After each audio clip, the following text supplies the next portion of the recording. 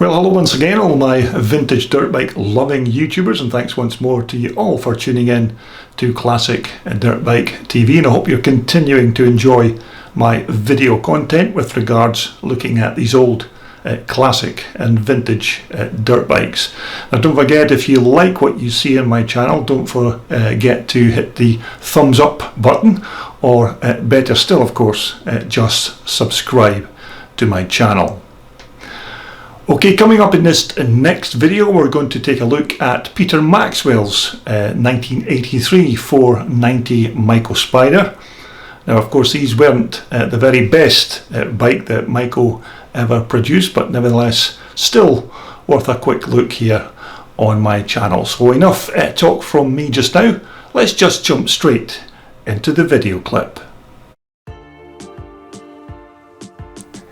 Now, this particular 1983 Maico 490 Spider is Peter Maxwell's machine. Now, you may remember one of Peter's other bikes that I featured on my channel when we showcased his lovely 1989 GM Star 500 Maico some time back. Anyhow, as nice looking as these 490 Spiders were, it's still pretty safe to say that this was not Maico's greatest hour.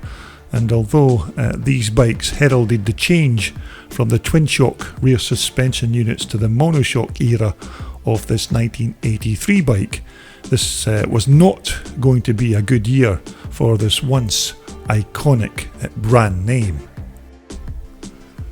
But after the huge successes of the 1981 490 Maico Mega 2, by the time that Maico brought out this 1983 bike, the company was in a very bad way and on the verge of collapse, and some bitter infighting between all the family members and various other lawsuits that were taking place.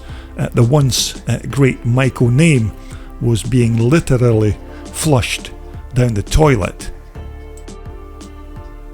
And during that particular period, the company's problems were now being manifested in the bikes that they were building, and these 83 490 Spiders, although in the main were not too a bad bike, it was the quality control and the attention to detail on these machines that made them suffer. But one of the main problems were the change from the rear twin shocks to the single monoshock suspensions, which saw an unprecedented amount of bikes breaking their shafts on those awful Corte-Cosa rear shocks. Now, it was argued that these were just badly made, although others would say that these rear shocks had to be virtually hammered into position at the factory because they just didn't fit right. But Maico were inundated with warranty claims as a result. And of course, while owners were waiting for their claims to be settled, they just rushed out and bought a brand new, better quality Öhlins shock so that they could get the use of their bikes. And as you can see here, Peter's bikes already had that swap to this better quality Öhlins rear shock. And naturally, these gas-filled Öhlins units were made of much better quality than the original Corte-Cosa units from Italy. And normally when you fitted this better replacement, you at least had one of the Spider's problems sorted, because essentially these weren't bad bikes, it's just that they were thrown together at the factory and very little quality control was carried out before they went out the front door. Now again, the rear brake hubs were another such problem on these 83 bikes, and stories of them exploding during racing were not uncommon, and the troublesome gearboxes just rubbed more salt into the Maico's already open wounds as the queues then started to form outside the dealerships, with some very frustrated customers demanding that their 83 race bikes got sorted. But it's also said that many of those warranty claims weren't completely settled, and Maico's reputation was for the very first time not great, and their good reputation was certainly falling apart, and then the company was facing bankruptcy for the very first time since Otto and Wilhelm Maisch started the company just after the Second World War.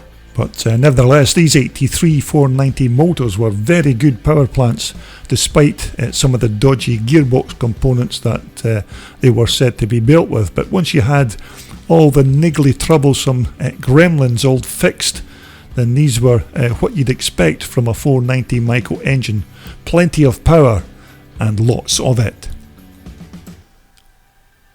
Now we can see here that Peter's already swapped the original Maico expansion chamber for a pattern replacement from Maico only, but there are plenty of suppliers out there who will furnish you with replacement parts for these Spiders, although as you'd expect they're maybe not as freely available as some of the more popular Maico models. And again, on this bike Peter's fitted an alloy replacement tailpipe, and this time it's from PFR Racing, or Pro Form Racing if you want to give it its full title.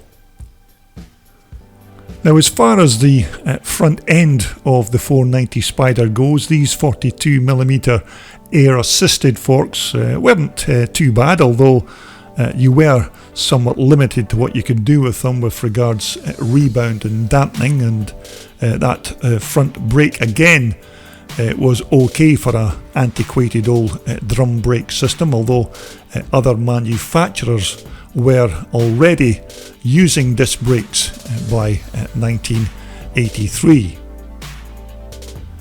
But I have to say there are still plenty of these 83 Spiders still in use at classic and vintage race events these days, although by the time the owners have bought one second or even third hand, many of these bikes' original mechanical issues have by that time already been sorted.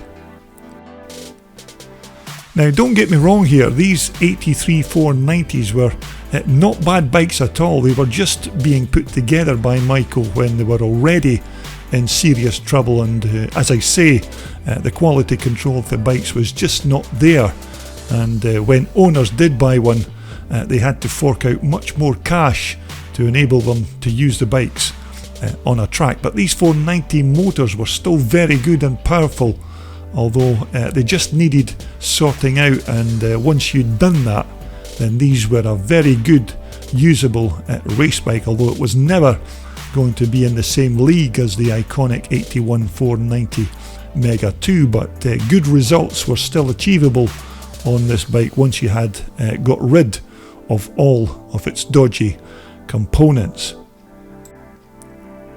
Although essentially by 1983 the once great name of Maico, who had built some of the world's greatest off-road machines and spawned a multitude of champions who raced them, was now just a shadow of its former self. And despite the late intervention of an American distributor trying to help to rebrand the 1986 bikes and calling them GM Star Maicos, the once great reputation of Maico was then just about finished and would file for bankruptcy in 1984. And by that point forward, despite various other attempts to salvage what was an iconic brand, the great days of the Maico were no more.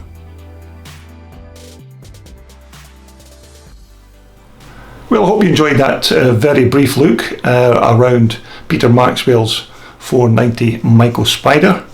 As I said, these weren't the very best bike that Maico ever produced, but nevertheless, it's still worth a look here on my video channel. Okay, coming up next on my video channel, we are going to go back to the 2016 Classic Motocross the Nations.